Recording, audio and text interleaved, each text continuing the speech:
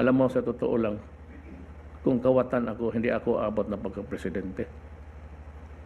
Been mayor for kagaya niya, 23 years, a congressman. Naging vice mayor ako sa anak ko. Nung mayor ako, at hanggang lang yung taga Davao. Kasi I have my record to show to everybody. My record as a government worker all these years. Wala akong kaso na malversation kagaya ni. Yan lang ngayon, sige siya daldal ng parmalinang. Pabalik-balik niya kasi election niya.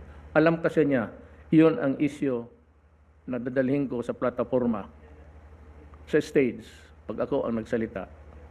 Kasi talagang hindi na siya karapat-dapat maging senador. Sa katagal niya, na milyonaryo na siya, hindi niya binayaran ang gobyerno, tama na, Gordon, pahinga ka na. Kung nandiyan ka pa, delikado ang pera ng bayan, totoo lang.